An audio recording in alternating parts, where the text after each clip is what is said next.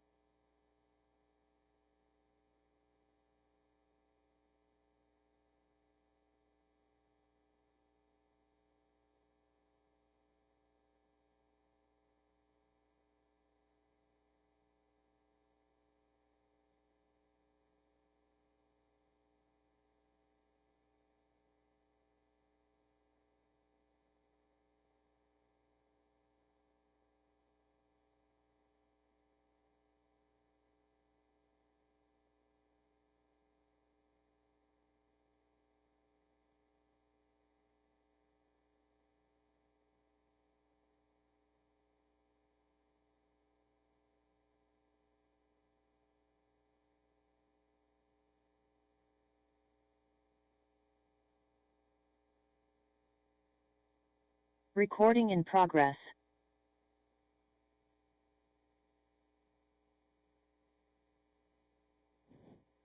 Okay, the 50-50 Ralph will be closing in about 10 minutes. Okay, now, good evening, everybody. On behalf of the Florida Veterans, I'm tethered to this microphone. I'd like to be out here, but I can't. See what I mean? On behalf of the Florida Veterans for Common Sense, we welcome you to our 12th annual event honoring Thomas Paine.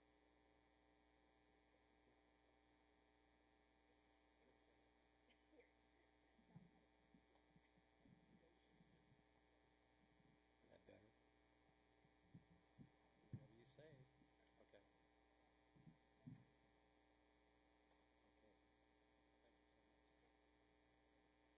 Okay, we'll start over. On behalf of the Florida Veterans for Common Sense, we welcome you to the 12th annual event honoring Thomas Paine, America's greatest patriot, and whose words were the rallying cry for the American Revolution.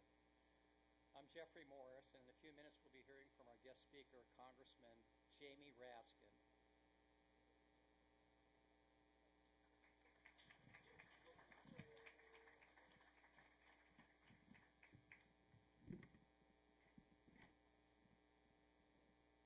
Can everybody hear me? Okay. So I'm still Jeffrey Morris.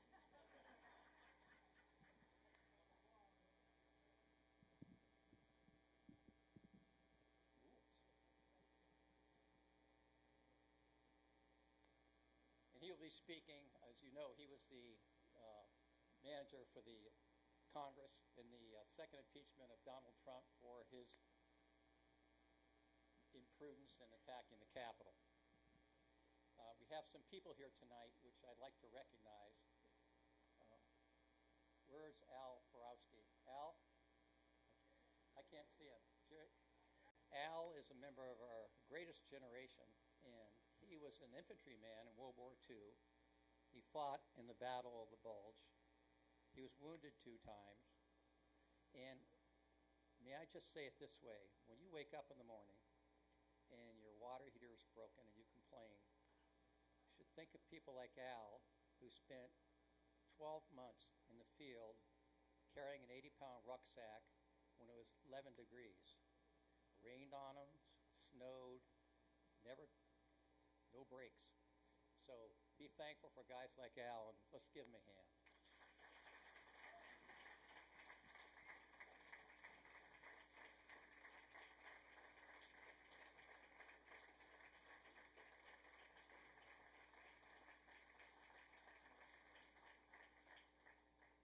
And we have 3 prior Tom Paine Award winners with us tonight. The first lady I'd like to recognize, where's Rana? I know you're here. I think everybody knows Rana, this slightly built lady who weighs about 85 pounds, maybe Rana, 88? Just say it. This young lady took it upon herself. She's going to be 90 in a week or so.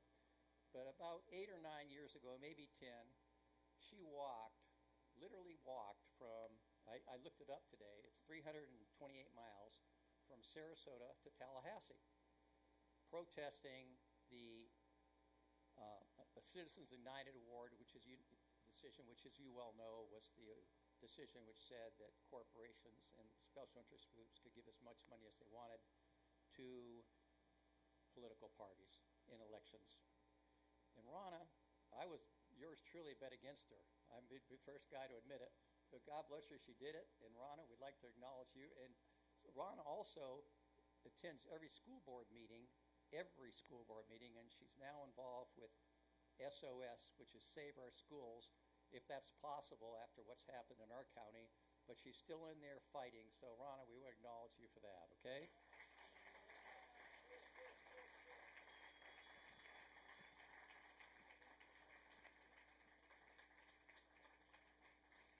And then a lady who's here every day, who we all owe a debt of gratitude, and that would be Arlene Sweeting. And I think of her as a beacon in the darkness.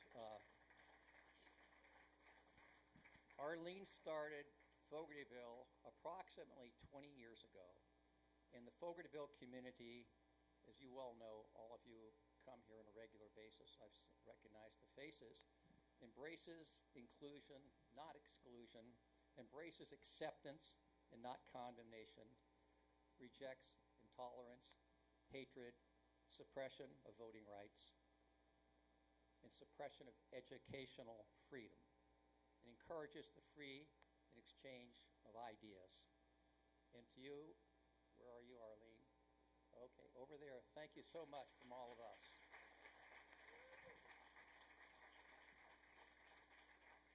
And then Tom Walker, who's kind of unexcited here, he's a quiet man, understated guy, I think of as him.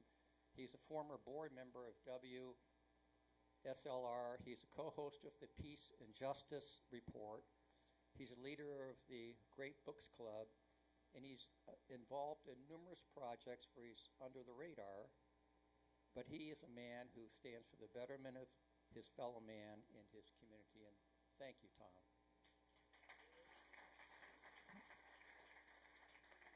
In 1 minute, a little plug for our group, Florida Veterans for Common Sense. We've been around since 2003 in opposition to the war in Iraq. We turned out to be right, unfortunately. We have 3 groups going right now that are active, the Environmental Working Group, and we have 3 guys, John Durovic, I can't remember who's here now. I'm sorry, my name old. Who am I remembering?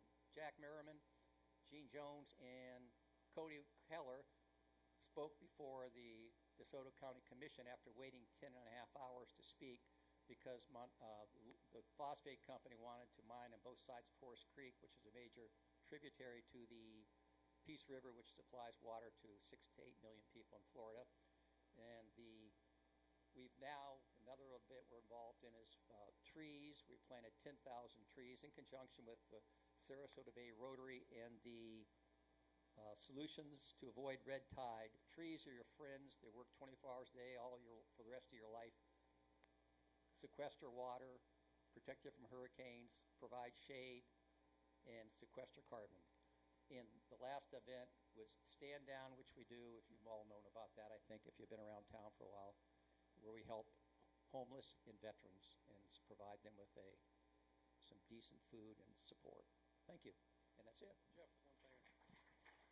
one thing that we made one little mistake, one little glitch, which we apologize for. Kendra Moons was also a big hand for Kendra. Those of you that know her, a Tom Paine Award winner. And Kendra, you know, at one time, several years ago, we had an election that may very well have been stolen in this county because we were using electronic voting machines.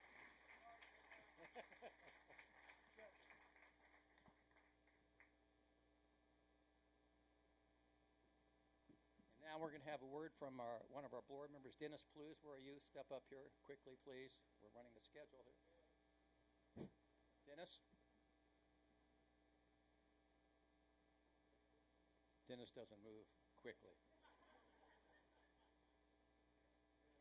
Keep moving, Dennis.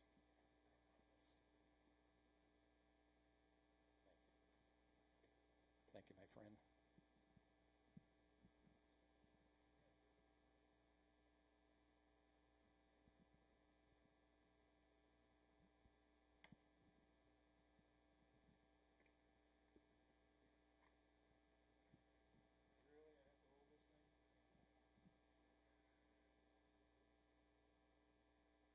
Okay. Good evening, everyone. Good evening, everyone. As our fearless leader said, I'm Dennis Plews, and it's my great privilege tonight to introduce you to Thomas Paine. Many of you might have seen him wandering around in the audience here. We dig him out of the ground every year and bring him back. So let me tell you a little bit about Thomas Paine.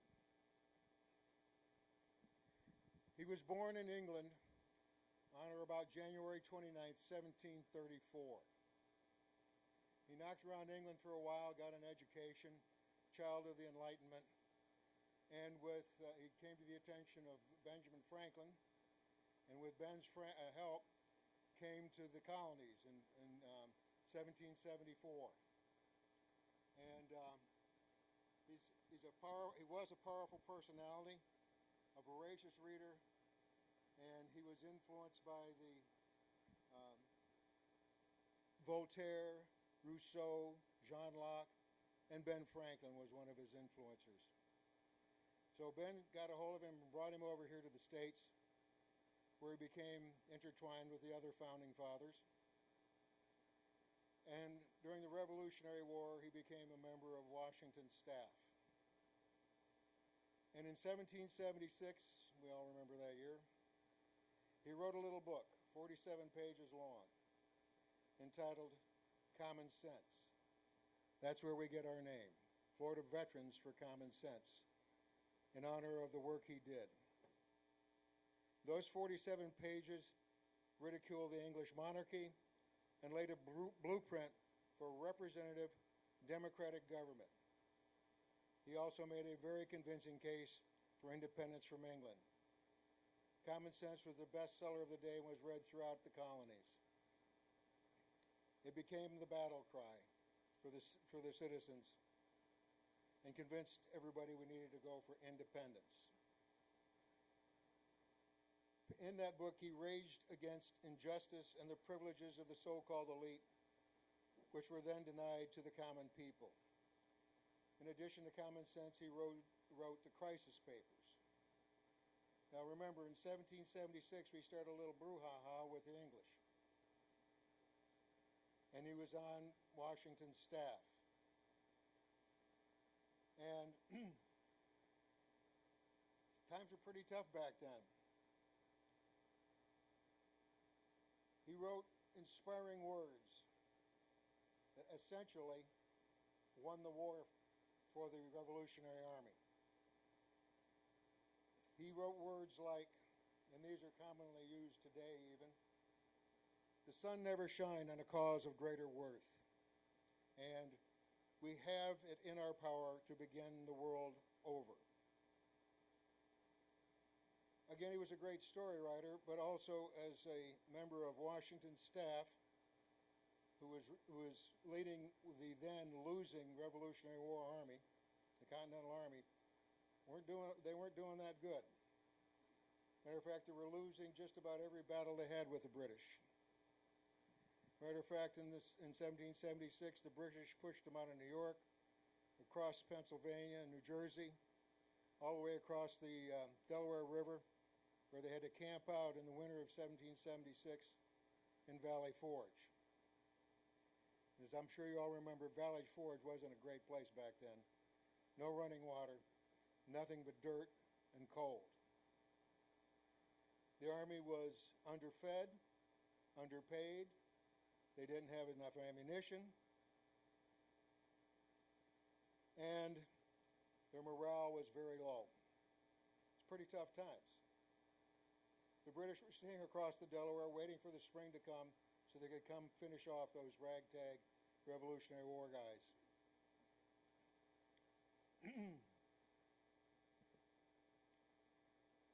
The Army was, again, without any real support. Congress had fallen apart, what it was at the time. And Washington was suffering. Washington's army had a high desertion rate. So General Washington said, Thomas, I need your help. I need you to write something inspiring to bolster the morale of the troops and help them stay the course and beat the British. So, at the general's request, Thomas Paine wrote, on a drumhead no less, by the light of a campfire, the following words. You've heard them before. These are the times that try men's souls. The summer soldier and sunshine patriot will, in this crisis, shrink from the service of their country. But he that stands it now deserves the love and thanks of man and woman. Tyranny, like hell, is not easily conquered. Yet we have this consolation with us, that the harder the conflict, the more glorious the triumph. These words were read to Washington's army, and those words recharged them and inspired them. Those ill-clad, freezing troops went back across that icy Delaware River. The British had brought in mercenaries, the Hessians, to reinforce them. Our guys knocked them off, wiped them out, and kept going until they finally won the war. And the revolution survived. Patriots, for patriots, the revolution continues.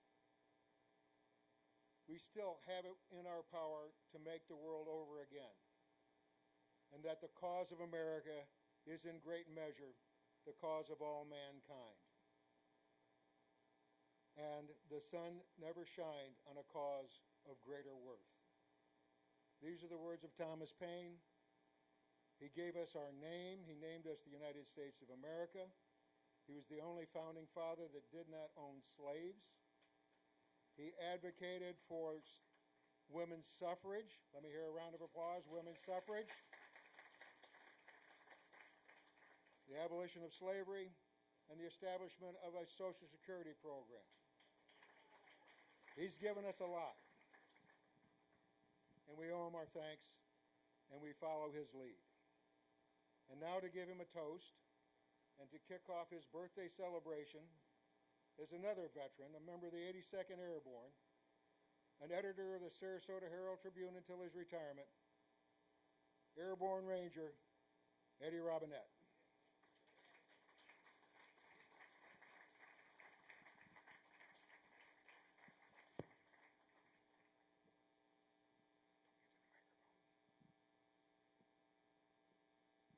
Dennis, you stepped all over my material. I'm sorry. I'm sorry. You know, when my friend Jeff got in touch with me and asked me to do this, and it came out of the blue, two words instantly came to mind, oddly enough. Those words were good troubles. Now, I know all of that said, well, this guy who talks like he's got a mouthful of grits, he didn't even know what century he's in. No, I know. It's a long way from the Edmund Pettus Bridge to the Freedom Trail in Boston. But think about this. Think what Dennis said. He was in England, and what did he do? He started good troubles. He sent out 7,000 messages to people he was working with. Now, Dennis, and he's correct, Franklin did ask him to come over, but I guarantee he was glad to get out of there, too. And when he got here, he thought, oh, my goodness, look at the good trouble I can do here. And what did he do? He helped start a new nation, a nation that the likes of which the world had never seen before. Not bounded by geography, not bounded by ethnicity or language. It was an idea, and it's still an idea. So if all of you would stand up, please, with a drink in your hand. Get a drink, Dennis. All right, now, here's what we should all vow tonight, each and every one of us. We should speak up, speak out, get in the way. Get in good trouble, necessary trouble. And with the help of Tom Paine, help redeem the soul of America. Here's to Tom Paine. All right, and I'm going to bring Mike up here. He's going to do the most important part of the program.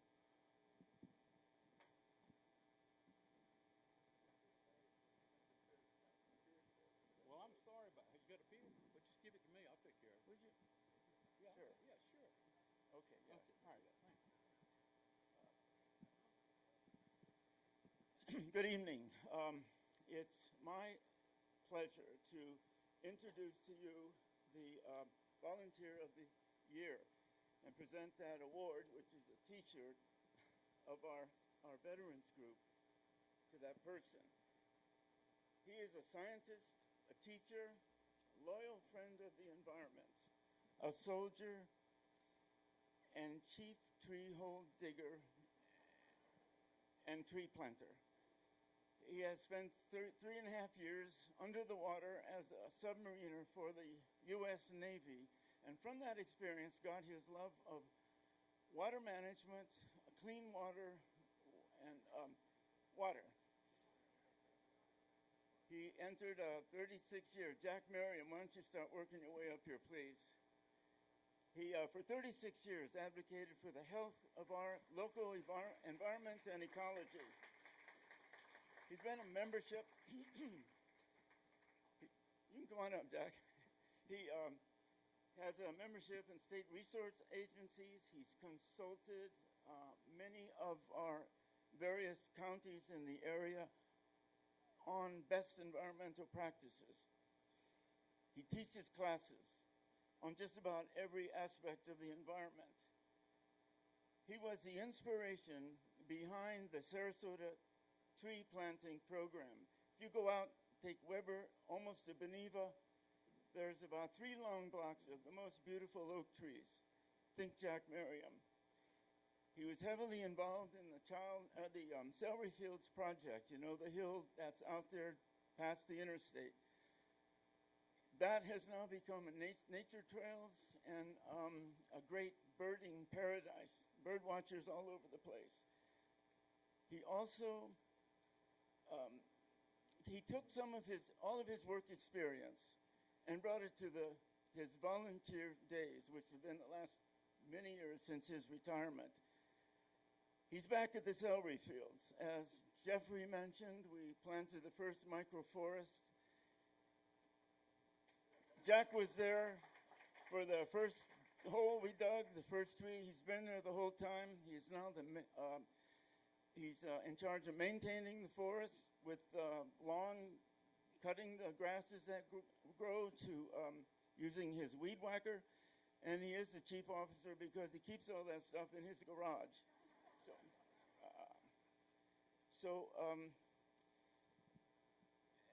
As Jeffrey mentioned, we have more microforests in play, about 10,000 more trees. Jack is around for each one of them, either consulting, encouraging, or digging the holes himself. He teaches classes on the forest. I can't think of anyone else more deserving of the Volunteer of the Year award. Let's give him a big hand. Hey, Jack. You want to say something? You have to be real quick. Okay. Okay. Come here, Jack. I'll give you that shirt. I'll bring your shirt to you. Okay. You're welcome,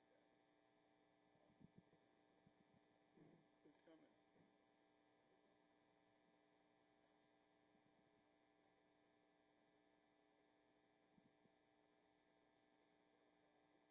That wasn't properly briefed. Here we go. Thank you, Mike, and thank you, Jack. For those of you who may not know me, my name is Gene Jones, and I'm honored to be the president of this group.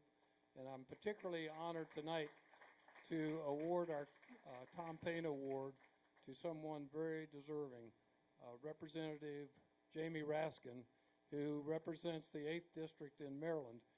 And I'm not going to go through his sterling biography. You can read that in the insert that we put in the program and also on our website. But I'll tell you this, and everybody in this audience probably knows it anyway.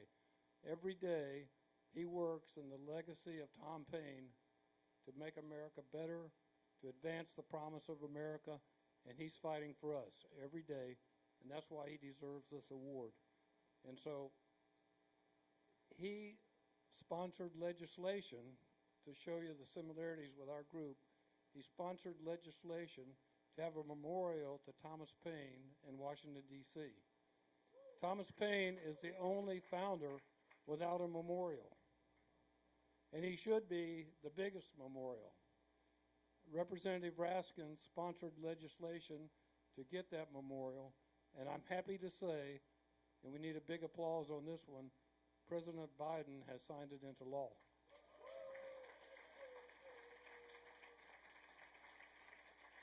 So we can make progress. And to show you another way that Jamie Raskin is connected to our group, not only do you have to have legislation to get a memorial, but you have to go through this bureaucratic process and have approval from the Memorial Commission in Washington, D.C. Well, our group was asked to make a presentation on behalf of obtaining that memorial, along with other groups. So I made up a nice talk about Thomas Paine and why we should have a memorial, etc. Well, Representative Raskin, since he was the sponsor of the legislation, was also going to speak. And because of his schedule, he spoke before me. That's a sinking feeling, let me tell you, because a lot of the remarks that I wanted to make, he made them, and he made them so well and made them so much better than I could ever make that when I got up to speak, I said, well, we just agree with Representative Raskin. Thank you. So I'm very honored tonight to present our Thomas Paine Award to Representative Jamie Raskin in recognition of his principled and courageous leadership while investigating the January 6th insurrection at the United States Capitol. We have a Thomas Paine quote, "Those who expect to reap the blessings of freedom must, like men, undergo the fatigue of supporting it." And that's our award, which we will send to Representative Raskin. So now we're at that critical point in the program where our technological savior, Rick Scissors, is going to make this all come together. Let's hope.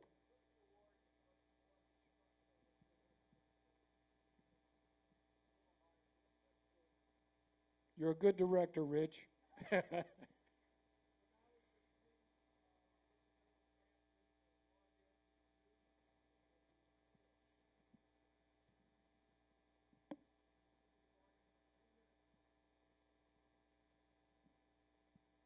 Well, in the meantime, I suppose we could have Jeff come up and tell some jokes or something, Jeff? You're finished for the night, Jeff? Well, what we should do is have Tom Paine come up where we can give him another round of applause. Where's Tom?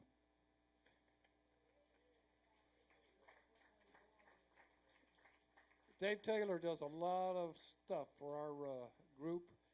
He is playing Tom Paine tonight, and we have to give him credit because he's one of the few that could wear that heavy uniform.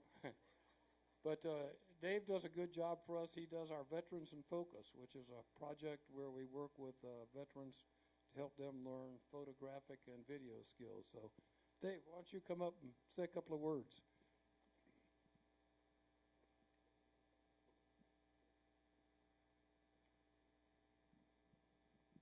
Thank you, Gene. This is quite an honor to be able to stand up here in this uniform that doesn't fit. But thank you, Rich. I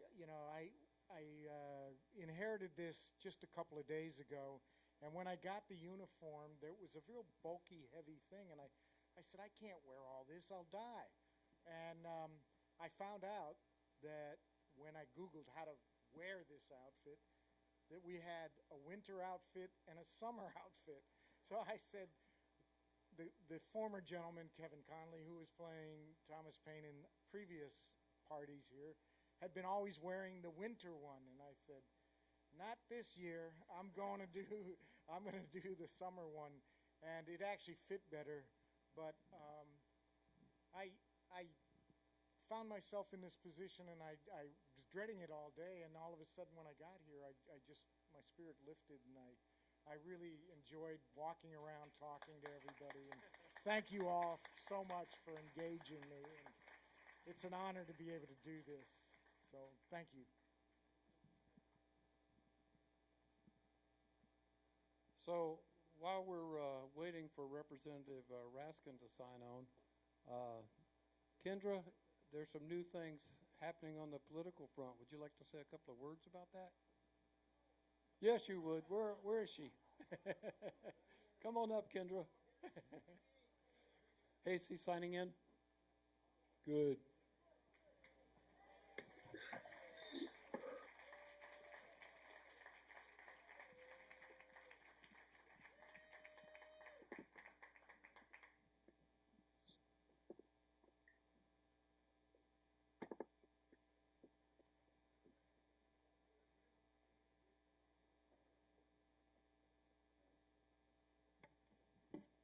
Representative Raskin, welcome to our party.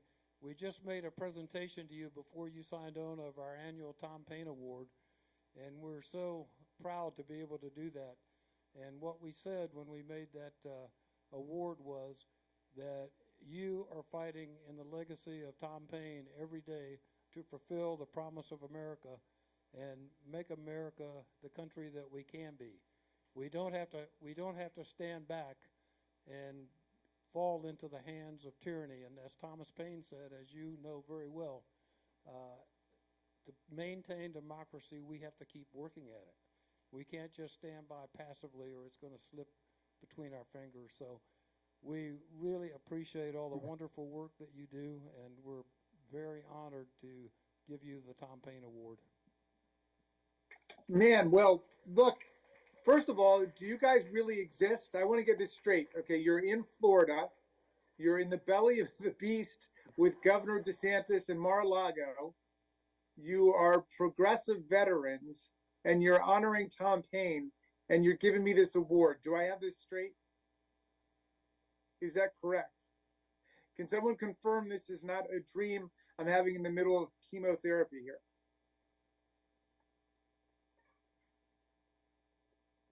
All right. Well, I'm assuming it's real. Okay. Gene, are you there?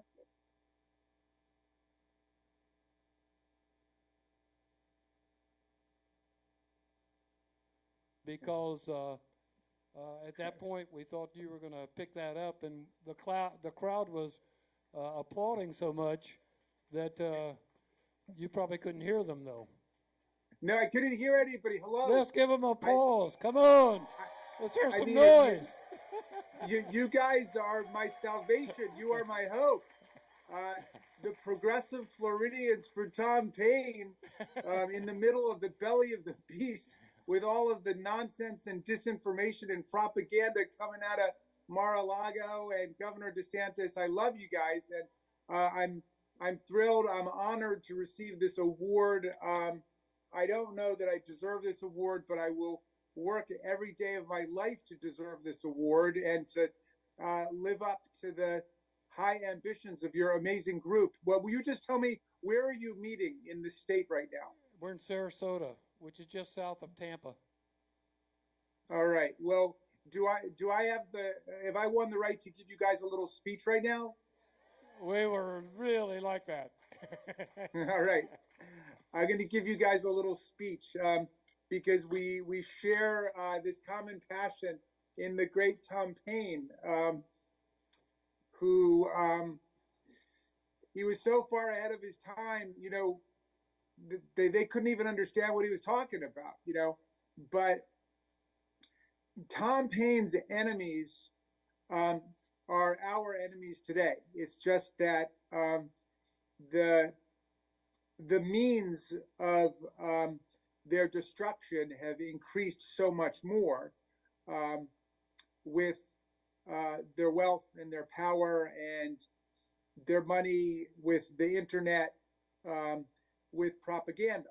But we're up against the same things. I mean, what was Tom Paine fighting against? He was fighting against theocracy. He was fighting against autocracy. He was fighting against kleptocracy. He was fighting against ignorance and superstition and control over people's minds with propaganda. And so I'll just give you a little example of what I've been working on this week. And it's so much in the spirit of Tom Paine, because look what we've learned about Jared Kushner, who was high-ranking White House executive, of course, the son-in-law of then President Donald Trump, who took over Middle East foreign policy. And when the Trump administration started, he insisted that Trump make his first state visit to the Royal Kingdom of Saudi Arabia. An interesting suggestion, given that Saudi Arabia is one of the worst human rights abusers on the planet Earth, one of the leading administrators of the death penalty, which of course Tom Paine hated. Chop, chop, square, they will routinely round up dozens of people and execute and behead them. Oppressors of women, violators of human rights, vicious oppressors of practitioners of non-Muslim religions, the Christian religion, Judaism, fomenters of anti-Semitism, et cetera, et cetera. So, but Jared Kushner was adamant that Trump take his first trip to Saudi Arabia. This was opposed by even Trump's dismal foreign policy establishment. Secretary of State Tillerson thought it was a ridiculous idea. Even Donald Trump thought it was an appalling idea. But somehow, Jared Kushner convinced him that this would be in their best interest to go to Saudi Arabia. Presumably not in the best interest of the country, but in the best interest of Donald Trump and the Trump family. And so they went there, and that began a very long and cozy and intimate embrace between Donald Trump and His Highness, the homicidal crown prince of Saudi Arabia, Mohammed bin Salman. So while they were engaged in massive human rights violations against the people of Saudi Arabia, while they engaged in a bloody war of aggression against the people of Yemen, while they blockaded Qatar, Donald Trump stood by them the whole time. And then even in October of 2018, when Mohammed bin Salman ordered the kidnapping and the assassination and the dismemberment by drawing and quartering of a Washington Post contributing columnist Jamal Khashoggi, Donald Trump and Jared Kushner covered up, and Jared Kushner helped to coach the Crown Prince on the fact that this was a rogue operation, which apparently the Crown Prince didn't even understand the concept of that because they were his agents. But as Trump came to brag to Bob Woodward in a reported interview, we saved his ass. And then when he sent Secretary of State Mike Pompeo over to Saudi Arabia, he said, tell the Crown Prince that he owes us. Well, meantime, Jared Kushner was starting to look beyond the Trump administration. He could read the writing on the wall, even though Donald Trump, of course, was hell-bent on staying in office by any means necessary, stealing the election in the state legislature, stealing it in the Georgia Secretary of State's office, stealing it in Arizona, stealing it on January 6th, unleashing violent insurrection. But Jared was busy getting ready for post-administration plans and returned actually on January the 5th from none other than Saudi Arabia. And 2 weeks later, on the day after the Trump administration ended, after all of the bloodshed and the violence, and 150 of our police officers were injured and wounded and ended up with broken skulls and fractured jaws and broken noses and so on because of the violence unleashed on January 6th. On January 21st, Jared Kushner registered his new corporation called Affinity Partners. And I think he had a little sense of humor with Affinity Partners because there's a strong affinity between the kleptocrats of Mar-a-Lago and the theocrats and the autocrats of Saudi Arabia.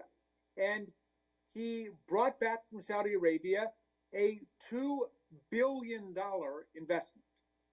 That's a B, not million, billion, a $2 billion investment, which accounted for more than 99% of the capitalization of his new company. Now, that money came from the people of Saudi Arabia, the Sovereign Investment Fund of Saudi Arabia. The independent board recommended against doing it. They didn't want to give it to this new company that had sprung up overnight, saying that they had no experience and why would they give them $2 billion? The money would all disappear. They didn't want to give them a dime, but they were overridden by the Crown Prince, Mohammed bin Salman, and that money went in, accounting for more than 99% of the money in Jared Kushner's new account.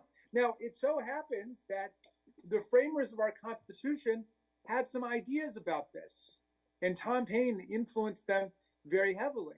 Our Constitution, in Article 1, Section 9, Clause 8, forbids the receipt of any money from princes, kings, or foreign states by a president or anybody holding any title or office under the federal government without the explicit consent of the Congress of the United States.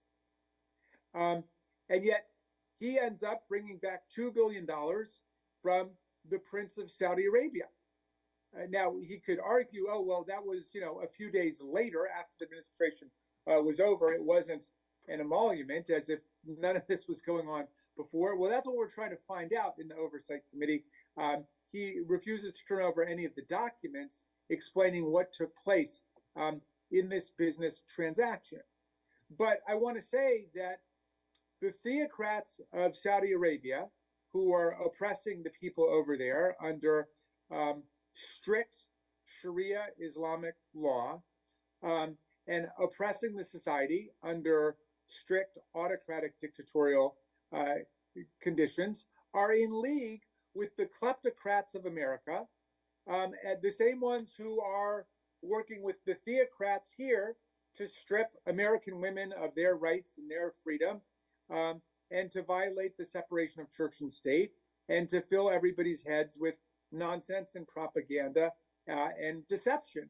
All over the world, the forces of democratic freedom are under siege by the very same forces that Tom Paine and the American Revolution were fighting against back then. It's just that today now, Steve Bannon and the gang, Vladimir Putin and Orban and LCC and all of the autocrats and dictators and they've got far more developed means of surveillance and authoritarian control over societies, which just means that our job is harder, but we are involved in the very same struggle that Tom Paine was involved in to defend democracy, freedom, human rights, and national sovereignty on earth.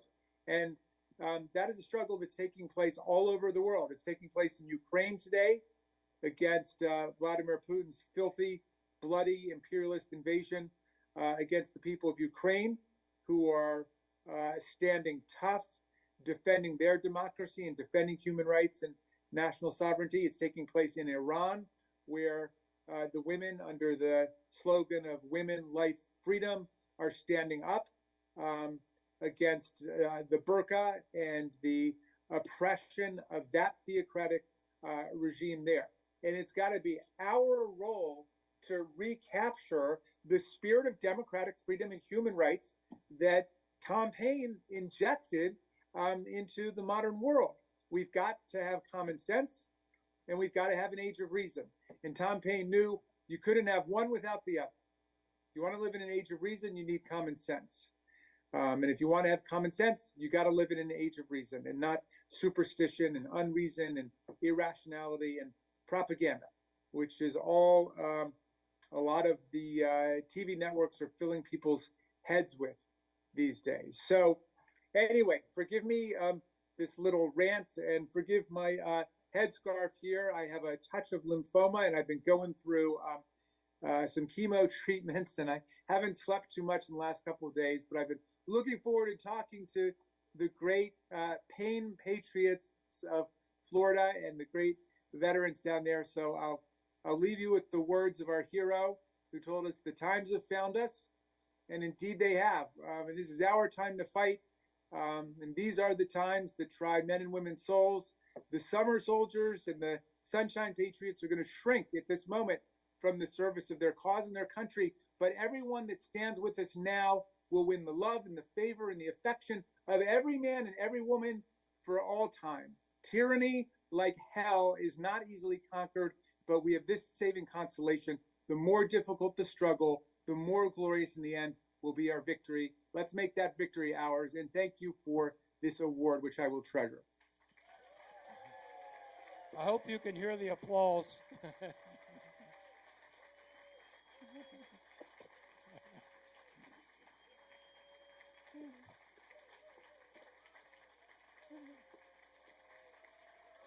Bravo.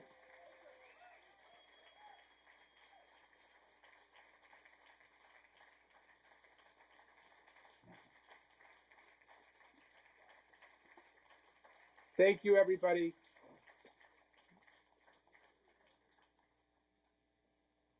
We would like to have a question and answer, but I'm sure everybody understands with when you're going through chemotherapy. Can you imagine that? Being awake for 2 or 3 days. And is he back? Oh, good. I got a few minutes. If you want to ask me a question, that's yes, great. Yes, sir. We would love to ask you a question. I would start it out. Tell us about the Free Thought Caucus. That caught my attention when I read some of your bio. Well, my friend Jared Huffman and I said, you know, we need a caucus that's actually going to stand up for the separation of church and state, for the First Amendment, for the founding values of the country, for not just Paine, but Jefferson and Franklin and James Madison. And, you know, it seems like we have a prayer breakfast pretty much every other day or something going on like that. That's cool. Well, 1,000 flowers bloom, but we should be paying attention to some of the founding texts of the Constitution and the things that make America what it is. I mean, ours is an Enlightenment Constitution. And so we now have, I think, 16 members, but we're about to start a real recruitment drive and to get people to join and to be standing up against, the kind of religious fanaticism that we saw on January 6th. The white Christian nationalist component of that assault on the Capitol was a core part of it. I mean, along with the Proud Boys and the Oath Keepers, the Three Percenters, and of course, the inside political coup machinations of Trump and Bannon and, the inner team. So, but the white Christian nationalists were quite dominant that day. One thing that, as veterans, we're very concerned about, and that is, in some places in the military and the Navy's having a problem with this right now, we believe, is mandatory religious observance, etc., in the military. The beautiful thing about the First Amendment, the Establishment Clause and the Free Exercise Clause, is they go together, because everybody should understand,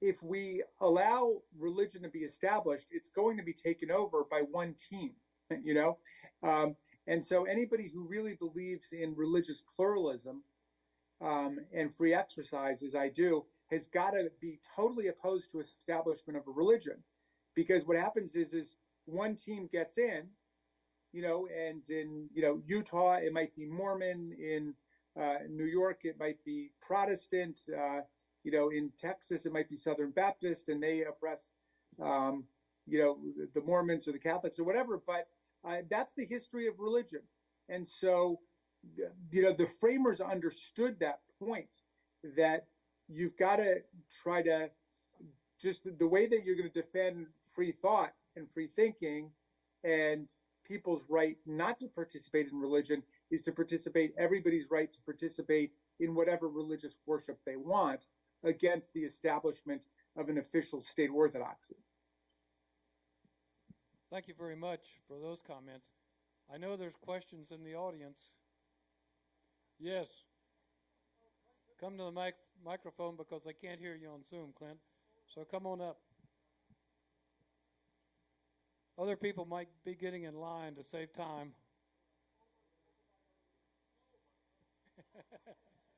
You can make it, Clint. I just want to start with Go Bears. There's only two graduates of the University of California in Sarasota, Gene and Clint.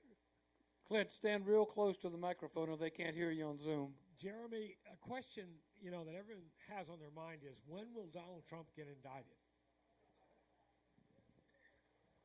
Well, I mean, your guess is as good as mine, but I mean, the guy's like a one-man crime wave. So there's a lot of suits out there. There's a lot of prosecutions that could happen. I mean, they've got him dead to rights in Georgia when he called up and he said, "I'm just looking for 11,781 votes. That's all I want." I mean, that's not Donald Trump trying to stop vote fraud. That's Donald Trump trying to commit vote fraud, So that one could come down any day. I understand that the grand jury is very close there. You got the payoffs to the porn stars, the hush money of hundreds of thousands of dollars, and that one apparently is very close. You've got the special prosecutor in the Department of Justice on January 6th. If you watched our hearings that we did, of course, I finished up by saying there are, 4 separate statutory offenses, which we view as essentially open and shut cases of interference, deliberate interference with a federal proceeding, attempt to commit fraud against the United States by filing the counterfeit electors, incitement or aiding and abetting insurrection, and so on. So, I mean, I just got to feel I'm with Dr. King. I mean, the arc of the moral universe is long, there's no doubt, but it does bend towards justice eventually. So I think he's going to get his comeuppance. I really do. And wouldn't you say it'd be in the next 2 years? in the next year to a year and a half? Yeah, well, no, I think we're talking in the next few months. Yes. Thank you. Are there other questions or comments? Representative Raskin, may I just say, hope you feel well soon again. And this is from an alumna of Washington College of Law from 50 years ago. Thank you for all you've How done. awesome is that? That's wonderful. Well, that means a lot to me. I appreciate it. You're a sweetheart. And I'm doing all right. I'm hanging tough here, and my doctors are optimistic. Get in line if you'd like to ask a question so we save time. Congressman Raskin, thank you so much for being here. We all support you. And when you get better completely, and if by chance the president decides not to run, will you decide to run? We need a Tom Paine man in the White House. All right. Well, I appreciate that. I'm coming down to Sarasota to campaign that. I'm going to kick it off All down there right, with you you're guys. welcome. All right.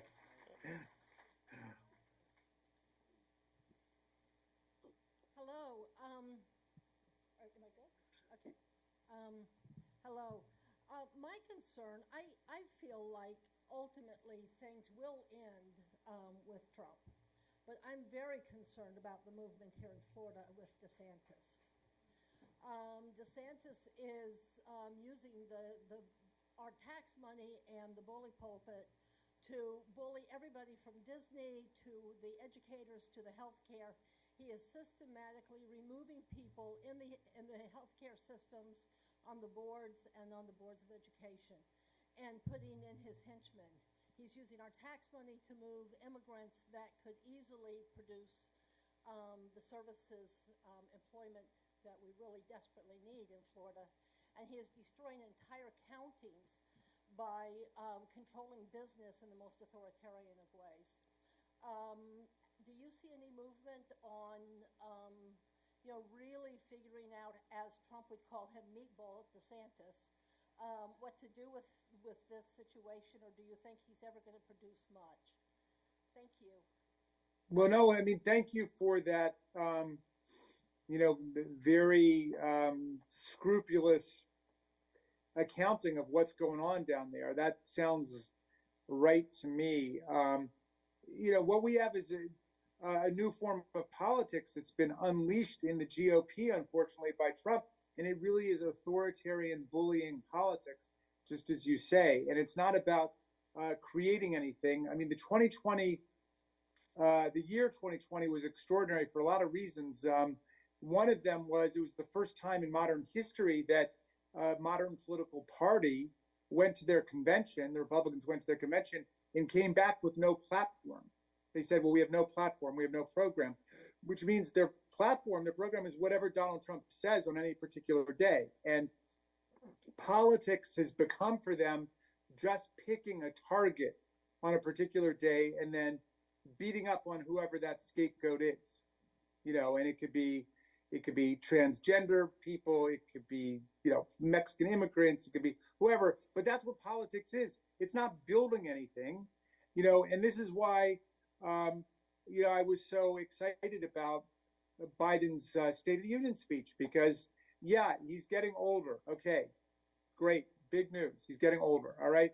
But look what he's building. I mean, we got a $1.2 trillion investment in the infrastructure of the country, the roads and the bridges and the highways, the ports, the airports, rural broadband so people can get connected in the rural areas. We lowered Medicare prescription drug prices across the board dramatically, $35 a month for people with diabetes, for their insulin shots. I mean, like, that's what government is. Solve people's problems. Don't just get on TV and start denouncing people as woke or whatever. I mean, that's just an insane way of thinking about what politics is and what democracy should be.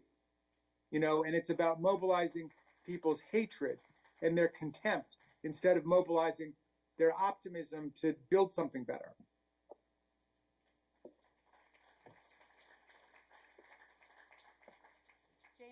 just want to say, as someone who's reading your book, I watched you and all of the January 6th committee in awe of your determination and analytical skills, looking at an almost forensic level at one of the darkest times in modern history for America, and deserve so much praise for the tenacity that each one of you showed.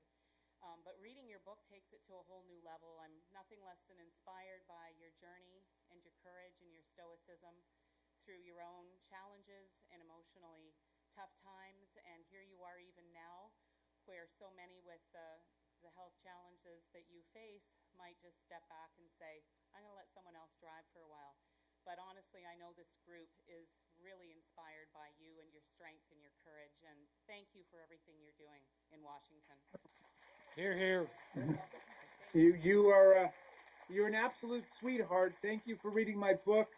Thank you for getting to know my son Tommy a little bit through my book. I think about him all the time. I miss him every day, of course. It's just been a hard time for everybody. You know, it's been a real hard time in America. With COVID, the plague, the opioid crisis, the mental emotional health crisis, and the idea that there are politicians who want to pour salt into the wounds of the country instead of trying to help us recover. It's just unacceptable to me, you know, and so I'm not going anywhere until we get through this thing. I'm not going anywhere. Thank you for giving us hope. Thank you.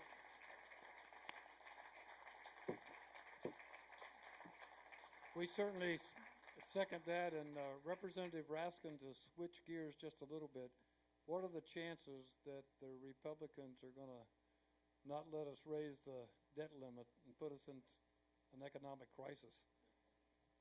Yeah, well, I better close with that.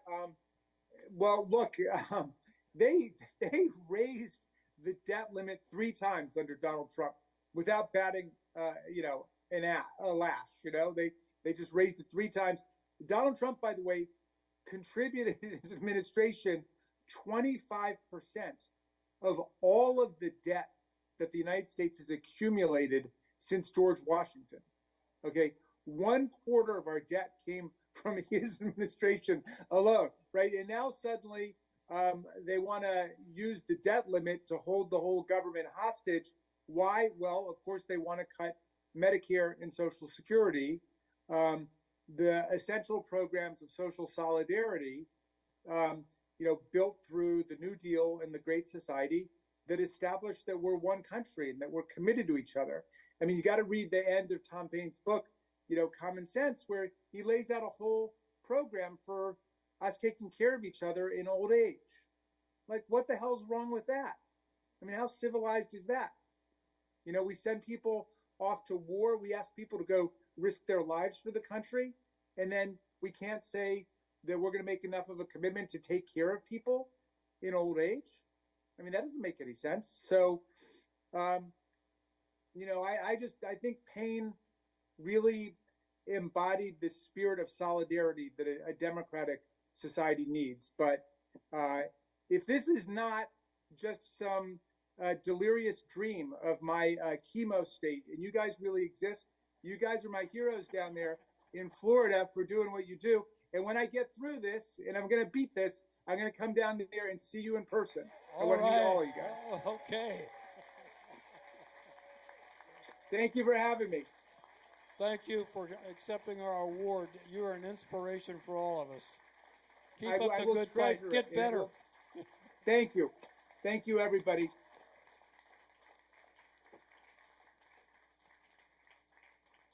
With that, no further ado, everybody enjoy yourself and be around. And Jeff's going to do the 50-50. Me do it? I don't think so.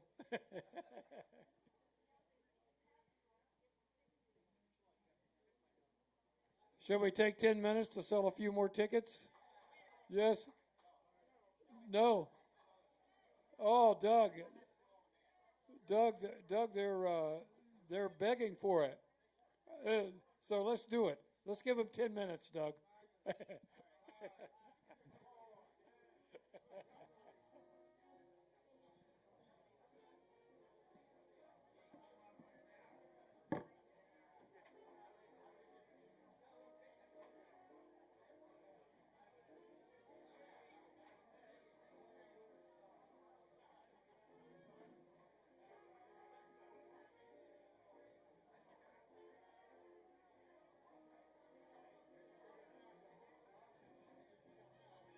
I have a special announcement that I would like to make. One of my friends is here tonight, Boovin. Come up to the stage, please, sir.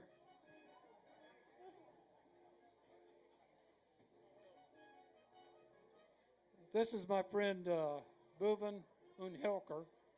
Is that close enough? Absolutely. And Boovin is a supporter of our group and supporter of veterans. And I'm so proud of him because he is the newest American citizen in this room. So give him a big hand. And tonight, he came for us with a donation to veterans. Boovin, you're the best. God bless America.